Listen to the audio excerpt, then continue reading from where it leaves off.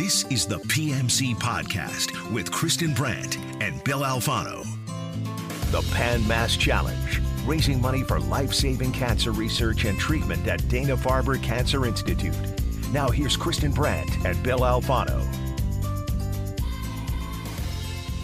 You're listening to the PMC Podcast. I'm Kristin Brandt, and I'm here with my co-host and Director of Marketing and Sponsorship at the Pan Mass Challenge, Bill Alfano. Hello, Bill. Kristin. How are you? It's good to be back. Long time no talk. Right? It's the 2022 edition. It's we had a little bit of a break on the last season, and we're getting rolling We are again. also back in the saddle. We are back in the saddle. I love it. All right, who are we talking to today? We are talking to Pam Goldman. Pam is merely a 29-year volunteer, and she is the Mass Maritime Academy food crew leader. So if you've had anything to do with the PMC and you've had anything to do with the Mass Maritime Academy, and even if the only thing you did was grab like an 88 acres bar, you can thank Pam for it because that's the only way you got it. And I do. I thank them every day. All right, well, let's take a break and we will come back with Pam. At Ropes and Gray, we have a vision that's guided by our commitment to our clients and a devotion to supporting our communities and our people. Our mission to practice with purpose drives our actions every day, and our commitment to the Pan Mass Challenge is a great example of what we mean by purpose. Supporting the Pan Mass Challenge is one of Ropes and Gray's most treasured traditions.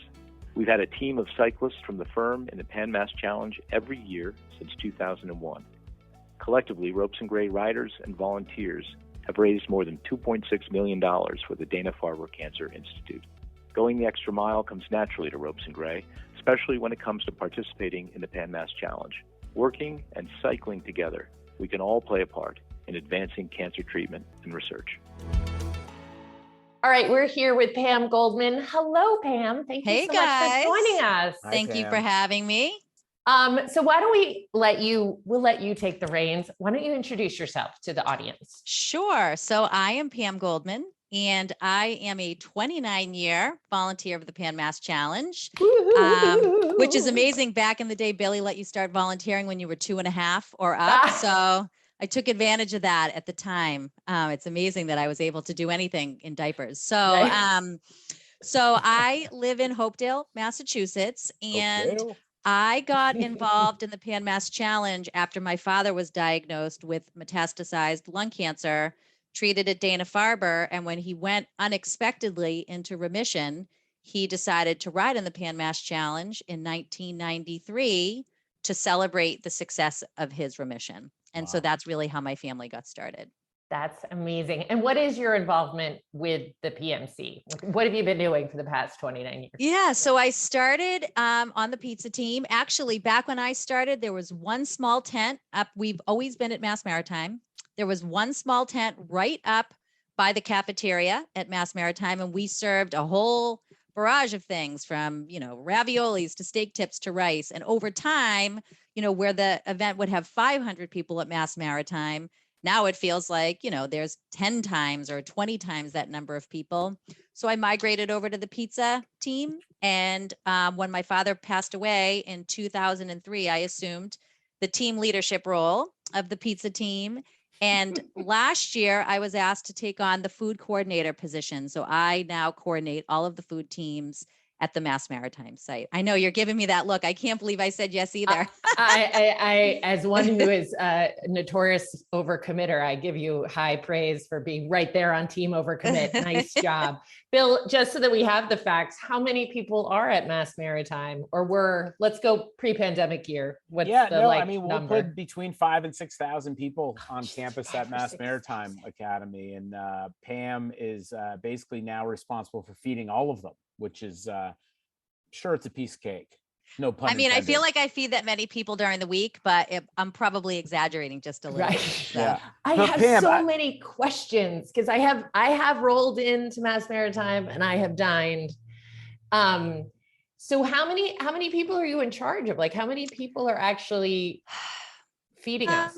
So it's a couple of hundred volunteers that are staggered across all of the different teams, obviously not there all at one time. Right. For my position, I work with team leaders. So each food station has their own team of leaders. So I coordinate through them, but I feel a kinship to all of the volunteers, having been in that space for such a long period of time. And I'm still very close to the pizza team that I led for almost 20 years and have gotten to know volunteers across the spectrum. So, I could fully see myself getting behind the counters and helping out where needed on the day of as well. So I think when people think of the Pan Mass Challenge, if you're not in it, you're thinking about the riders, the thousands of riders. You're thinking about the millions of dollars. You're thinking about the kids at the Jimmy Fund Clinic. You're thinking about the doctors and researchers at Dana-Farber. If you are in the Pan Mass Challenge, in particular as a rider, I don't know if you're thinking during ride weekend, you have your inspiration, you have your reasons for riding, but you are definitely thinking about our volunteers. I mean, it is, Kristin, as a rider, what is that kinship, that bond? Yeah, no. I mean, I'm nodding my head because, from the people that are feeding us, the people are pointing me in the right direction so that I find the bathroom. Like they are, I feel like there's a real kinship between the riders and the volunteers where, we're all in it for the weekend. And it is one of the, I've said it before, best supported events I've ever been to. And the volunteers are a huge piece of that. Like, at the end of the day, we probably have close to 4,000 volunteers across, when you count everything from loading registration bags to the truck drivers to PMC weekend itself, between 3,000 and 4,000 volunteers supporting a traveling city of 6,000 plus riders. So you just do the math and it's very supported. And what I think is really terrific is that depending upon your age, your capability level, your physical limitations, there's a job for you at the Pan Mass Challenge. There are people doing a scope of different activities, and it really is a family. I mean, I have made so many friends through the PMC riders and volunteers. You get excited when you are starting to talk about and you're sending your emails to see these people again, and they feel like family. About babies and about weddings, and I think there is a strong kinship. When we thank the riders at our table for riding, they say to us, all we had to do was ride a bike. If it weren't for you guys, none of this, there'd be no framework, there'd be no backbone. Right. So it's a beautiful event. And I can tell you that maybe the riders are thinking about Dana-Farber and Pedal Partners, but us volunteers really are too. There's a ton of living proof volunteers that are scattered throughout MMA and through the whole event weekend.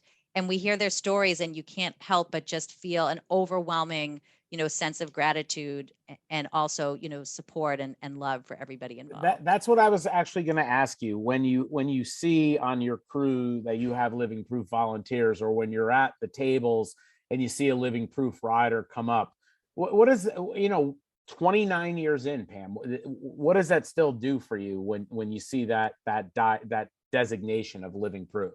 Well, I mean, I can tell you for me, so my father had a terminal diagnosis and no chance. We were planning his funeral. And when I say that, I'm not exaggerating in the least. Dr. Sig Tischler, who I'm sure has since retired from Dana-Farber, said, Bob, we'll put you on this trial with, this immunotherapy drug, but your chances are zero. And that she stuck with him and through all of this stuff, it's someone who she felt had no chance. And he pulled through and he got another 13 amazing years before passing away. I think of that. I see these people and I think someone at Dana-Farber took a chance. Not everybody has a clear-cut disease and diagnosis and treatment path.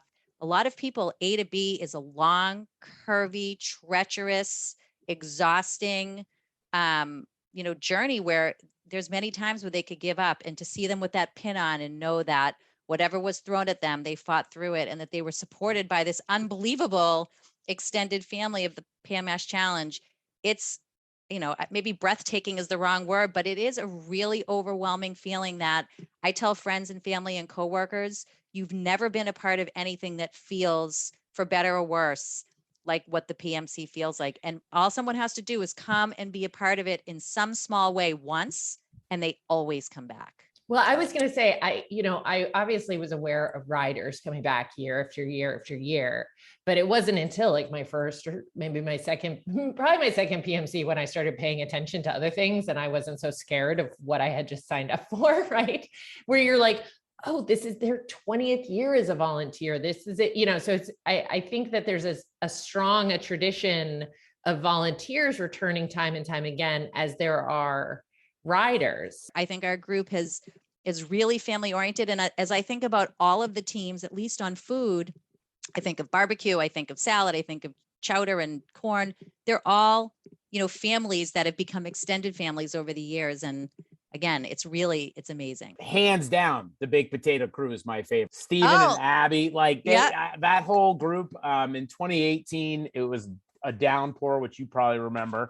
Sure do. And me and a couple of my buddies wound up at the baked potato chili station. They needed a couple people to help out, and they couldn't have been more welcoming, and they just could not have been a better group of people, fun family. Like, they're still maybe my favorite people to see every year during PMC weekend at MMA. And I know you're close with that group, obviously. So Steven Siegel and my father were best friends. So Steven and his family were were the family that committed that they were going to keep, Bob's legacy going. And all these years later, we're all still here. And I grew up with them as a child. So it's obviously been a lifetime connection before there was PMC, but now that we've gotten older and, all moved in our own directions, we still have the PMC to unify us every year, which is really nice. So, all right, I got a couple quick questions for you, Pam. You ready? Like, first thing I comes rapid to mind. fire. Let's go. Yep. What is the most desired food crew job at the Mass Maritime Academy? Well, I would say in terms of getting dirty, it's probably being on the snack and drink team, because you're not dealing with any live exposed food. But I would say, I don't know. I think the pizza team is pretty fun to be on. I'm not biased at all. Wink, wink. For everyone that can't see this, because it's only there, she is winking. It's legit. Oh, I was. Yes, on. that was a virtual wink. But I think again, all of the food crews fill. I mean, it is a really fun, engaging, interactive experience where you get to really, you get to see Billy Starr, and you get to see Dave Hellman, and you get to see all of these people that are in the hierarchy of PanMass, but then you also get to see all the riders and the other volunteers, and you get to talk to them and ask them how the ride was.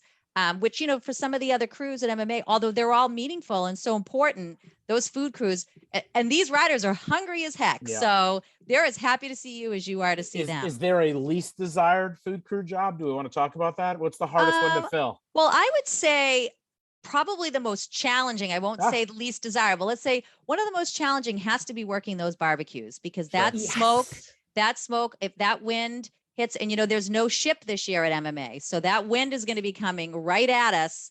So that's a smoky. That is a lot of. And they don't stop. Yes. On that year you were just talking about, where there was like rivers coming through the tent. Yes, they were still out there grilling. Like, it was really impressive. What time? What is the first time report time, start time on Saturday of PMC weekend for the food crew? So the designated first start time is 9 a.m. But I can tell you that my volunteers are there by 7, and most of the morning volunteers are. It's sort of a funny thing, actually. So I got to give a shout out to Bob Cobb and the folks from the MMA kitchen that are hugely integral partners of the PMC. They open up their kitchen to us for the whole weekend. Bob is an unbelievable resource, and his team. And in addition to letting us use the kitchen and ordering a ton of the food for us, they also let us use spatulas and tongs and other items from their kitchen. And so it's sort of become, you ever seen like The Amazing Race? Sure. People are rushing into that kitchen to try to get the supplies that they need for their table. And, the early bird gets the worm. So if you want the spatulas and the pizza cutters, then you need to get there early. So it's like it's like earlier and earlier every year. It's not even light out, and you're like, oh my God, people are waiting to get in. So, but again, it's huge commitment.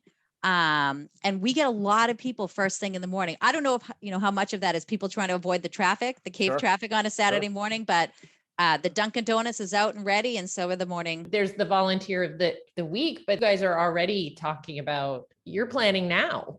Yeah. So we started planning, last August.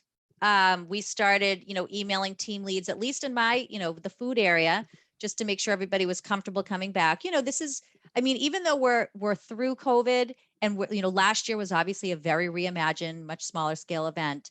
There's still considerations, and you want to make sure people feel comfortable being a part of it and being around folks. So just making sure we had a solid team to support, food as we came into the 2022 event, staying in contact with folks. We're trying to streamline and create new processes, which are going to make managing the event for our team leaders even easier, and, ultimately create a better experience for all of the riders and other volunteers that come through our stations.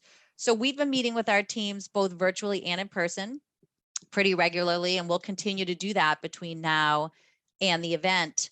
And I think, just as like anything else, right? Strong, solid communication limits the amount of mistakes and oversights that you're going to have the weekend of. And this is the first full event since 2019. That's right. If, the people that are listening can believe it. It's hard for me to believe. And so we want to make sure that people's first experience back is, for lack of a better term, just a magical experience. Delicious. So, what is the favorite food item? What is the food item that if you had 30 tractor trailers of it, it still wouldn't be enough? Is there such an item?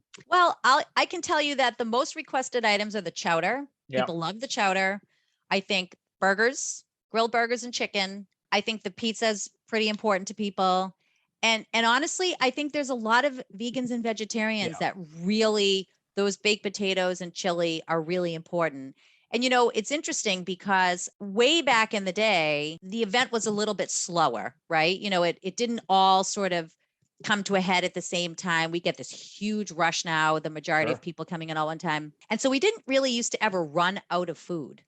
Now we do. We cook until we run out of food.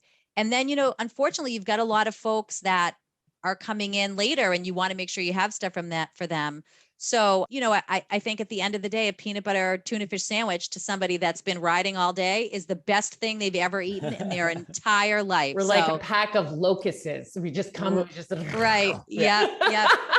But I think, you've got your carnivores and you've got your vegetarians, and, that salad bar is great. People get really creative. I give them credit. You see concoctions with the food and you're just like, wow, people are motivated. So I heard that if I brought up sweet potatoes in the wrong group of people, it could be a fight would break out. I'm team sweet potato, and I'd be curious for the Pan Masters that are listening to this podcast to let us know, because I'm team sweet potato. Yeah. But how much decorating do you need to do on a sweet potato? It's very controversial. I've heard. It was born brilliant, but it is controversial. People like their white potatoes, and I'm not.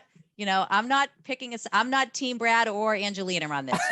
I'm team white potato. I like a plain old potato. That's my favorite stop, is the potato bar. That's my favorite one when I get there, but I certainly wouldn't fault anyone for wanting a sweet potato. Right. Oh, it's very controversial, Kristin. It is. It's a hot, it was a hot button topic at our team leader meeting. Yes, a hot potato topic last week at our team lead meeting. And I think Glenn got the message. I think we're going to stick with white potatoes for 22, but the verdict's out for 23. So again, let us know.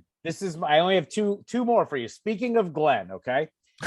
He does a pretty good job, right? He gets us a lot of stuff, a lot of supplies, but is there like an item that the food crew, you, Pam, that you would be the hero of all the PMC? Realistic, we can't give everybody a 4-pound lobster, obviously, even though that'd be nice. But what are we missing? Is there one item that we'll go to Kristin next? Her hand is up. Are we missing anything? I don't think so. I mean, I would say where we had some holes was what we were providing to our volunteers to support their teams. Yes. So this year, what we did is we did put team kits together to help support our volunteer crews. Nice. The stuff that they had a hard time getting a hold of: pot holders, simple first aid items, pocket knives, Sharpies. What you don't think about maybe as a rider, as just a common person, is that there's a lot of food allergies out there. Yep. So making sure that we have ways to advertise what's in food so that we don't have medical emergencies. One year we had pizzas that had pesto and people weren't connecting that there was a nut in there. That's me. I was going to ask how much some of this has changed, both between dietary just preferences and then actual like allergies, Well, I would say Not that much, because, we are a not-for-profit organization. Right. And so while we certainly buy food as needed, we rely a lot on donations in order to support the events, because of course, 100% of all the rider raised money is going to the PMC, but there are administrative costs to running this enormous event. And so we do try to limit that spending where we can. And we are, so grateful for what we receive from our sponsors. And so a lot of those items are staple items that we get every year. I think we're more conscientious about letting folks know, and we get asked more, what's in the veggie burgers? Right. What's in the chili? Can you tell me what's in the chowder? So we're more conscientious about ingredients, and we make sure that our volunteers are aware, if you have a nut allergy, you shouldn't have this. We just try to make sure that we are being good communicators so that we can try and avoid any incidents, somebody having an allergic reaction to food. But there's a great medical, team that's on site if that happens. But, we would like there to be no medical incidents at any PMC, be them from food or anything else. As a 10-year PMC employee, this will be my 11th PMC on staff. And I get reminded almost daily that it still makes me a newbie, basically, right? A rookie. So I believe that there are some off-menu items that if I just knew how to order the right way at the right place, that like you mentioned a Dave Hellman or a Billy or Michelle Summer, that they have access to these items. Is there Right. something like that? Like the speakeasy room that has the surf and turf? Yes. Like, am I and all us other 10-year or less people, do we have access to everything? I just need to know this. Yeah. So I would say yes. I mean, I can tell you that volunteers try to get creative in their offerings. Like I know the pizza team will try and smuggle some vegetables from the salad team to try and spice up some of the pizzas and make them, add some vegetables into the pizzas. And I know that the sweet potato. Oh my goodness. Steven's coming for me. The baked potato team, they will mash your potato upon request. So if you want to do a mashed potato, they've got the gloves, they'll mash it up and you put the butter and sour cream and bacon bits in there. And it's like a little plate of heaven, but no, there's no secret ingredients. Okay. Unless you want to order them in, and then Bill, you let me know where you're going to be sitting and I will come join you. Yeah, no, I'm good with that. Yeah, those gloves are incredible. The hot gloves are incredible. You can reach your hand into anything and then you're fine with them. Yeah, I know as a rider, it's the mornings I struggle with. And there's probably nothing that can be done about the fact that it takes me about an hour before I want to eat and we've already left. Oh, you mean on Sunday morning or at Sturbridge? Cause like I like sleep, you wake up at Mass Maritime, you walk around, you're like, I'm not ready. Like I almost need one of those bags. What was cool about the last 2 years last year, right? We got a bag, we were done and they handed us a bag with some snacks. I kind of need that bag this year and I can start eating after I get over the bridge and my stomach's like, what are we doing? Yep. Well, I can take that back, Kristin. I mean, I can tell you the breakfast crew arrives at MMA at 11:45 p.m. if you can believe it. So I was about to ask, when do they get there? Well, they have a great story themselves, correct? Yep. Yes. What's their name? Don't they have a special name that they go by? Well, you know what, Bill? So this is my first year at a full event as the food crew leader. So I don't know what their name is, but I'll tell you what, they're hella committed if they're getting there at 11:45 and working through the night. Yeah. We finish breaking down the dinner meal service by about 8 p.m. Okay. Have dinner ourselves and we get, an hour and 30 minutes to close our eyes before we're, getting back and helping the breakfast crew. So, I have to give them a lot of credit. That is largely, I'm so grateful. And of course the riders are grateful, but there's no fanfare. There's no band playing. It's definitely and I feel now that as we're talking about it, I'm reflecting on there's no thank you. It's more like coffee. Right. So yes, ride my bike now. Well, I was just going to say, that not that we're at the end, but if there's one thing that people could take away, I would say, gosh, these volunteers really care so much and work so hard. And so, I know everyone appreciates the volunteers. Sometimes the volunteers maybe come off a little bit like unsung heroes because again, the fanfare is surrounding the money raised and the donation made to to Dana-Farber and the support for the Jimmy Fund. And the volunteers aren't always raising money, but man, they're raising spirits. they're raising morale, they're keeping things going. And I couldn't be prouder to be a part of, I'm lucky if I want to get in my car and ride 92 miles, let alone get on a bike. So I could never do the rider piece, but I am so proud of all of the volunteers that I don't think we'd let you at this point. Right. That wouldn't work out well for us. Right. No. Yeah. You guys almost need your own finish line. You finished your shift and you cross through. We have a photographer. We have the whole nine. Yeah. Like you guys need your own. Yeah.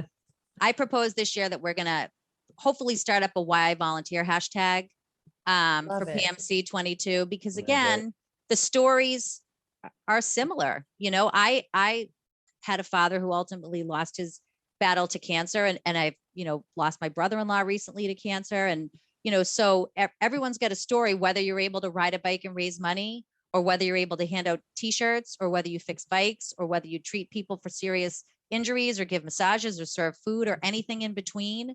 We all have really important stories. And if we didn't have that to bring us all together, there'd be no event. So, well, and why PMC, that's why it's called why PMC and not why I ride. The work of the volunteers is critical. And you're right. It's the motivating factors, the inspirational factors are all the same. If someone's listening that isn't a part of the PMC, there are still spots open for volunteering for PMC weekend. And so I would say, it may sound intimidating, right? Oh, you're working with ovens, you're working with knives, there's flames, there's smoke, child's play. I mean, we can find a job. We can find a job for anyone. I've got folks on my pizza team that are in their 90s that sit in a chair and open pizza boxes and really feel like they're a part of things. It doesn't have to be the same. Yeah, because they are a very important, piece of the event. And so you shouldn't be intimidated by the length of the day or the physical aspect of the day. We can find a position for anybody that wants to put in an honest, hard day's work in support of an unbelievable cause that, as we've always said, cancer doesn't discriminate. And if you're not out there to support for it today, it could be you or a family member tomorrow. We all need to be a part of the solution. Pam, do you have anything, from over 29 years that still stands out to you for some reason? You mean from the event? Yeah. I guess I would say the most, I know you've only been here a measly 10 years, Bill. Yeah. But I've only been here 7. I don't know. I'm going to go. I'm just going to sit over here. Yes. Newborns. But what we've been saying since I started was that it never rains on the PMC. So everybody knows it never rains on the PMC. If you're going to plan your wedding, you should plan it on PMC Saturday, because it never rains on the PMC, except when it does. Right. And so I remember being in the tent when a massive deluge came through, and we actually lost the tent in the middle of the event. It collapsed on us. And, you're thinking to yourself, it was like a Titanic moment. Like, this isn't really going to happen, is it? It did. And luckily, although we've had rain since then, we haven't had rain like that again. And I'm grateful. But every time I check the forecast, I think to myself, God, I hope those poles are in there nice and tight. And, it's hard because when it rains, you got to keep grills going and you've got to keep ovens lit. And that is easier said than done when you're working on propane and generators. And, I give, you probably don't know Scott Axtell. He is my right hand. He is such a huge part of our crew at MMA, making sure that everything stays lit and functioning, that everyone has the supplies at their team stations that they need. Without him, we would literally be lost. I know that people say that about everyone, but Scott, if you're listening, you are literally the man. And, thank God for him that day, going around, putting his arms over things to get a spark so we could keep ovens going and food coming out. It was really a heroic effort. So I would say that stuck out. All the rest of them have been beautiful and perfect. So, I mean, there's been moments that have been challenging. I was sad to be a part of, some serious accidents at PMC that stick out in my mind. But for the most part, it's been just a blur of just fabulous, almost 30 years of memories. Thank you for what you do. And I don't think I've ever said this to anybody before. I hope you never ride. And I don't think I've ever said that to anyone. And we will be putting out Pam's phone number. If everyone wants to text their order ahead of time coming into MMA, it should be no problem. She'll be. Well, I'm going to give you my credit card number to you, too. Bill? Yeah. No, credit card number. Yep. And social security number will be coming with. And if you see me walking around the campus, I'll be there Thursday to Sunday. Again, my name is Pam Goldman. I invite you to come up and introduce yourself. I'd love to hear your stories, and, I'm happy to share mine. And I think that, it should feel like family to everyone that participates. And if it doesn't, then sort of as these head volunteers, we're not doing our job. So I personally want to make you feel welcome, and I hope you come find me and say hello. The PMC Podcast is supported by Sundin Sports Marketing, putting your ideas into action at sundinsports.com. All right, we're back, and that was so nice to meet Pam. I'm so excited I love the great potato debate. If someone is interested in volunteering, what should they do? So it's simple. Just go to pmc.org, pmc.org. Volunteer positions are available. You can click right on volunteer, show you what's available. There's things leading into PMC weekend. There's obviously a bunch of positions during PMC weekend, different times, different locations, different days. Find one that works for you. We would love to have you as part of the PMC volunteer family. Teenagers welcome? I believe so. I think different positions have different age restrictions. Okay. But I think the quick answer to that is yes.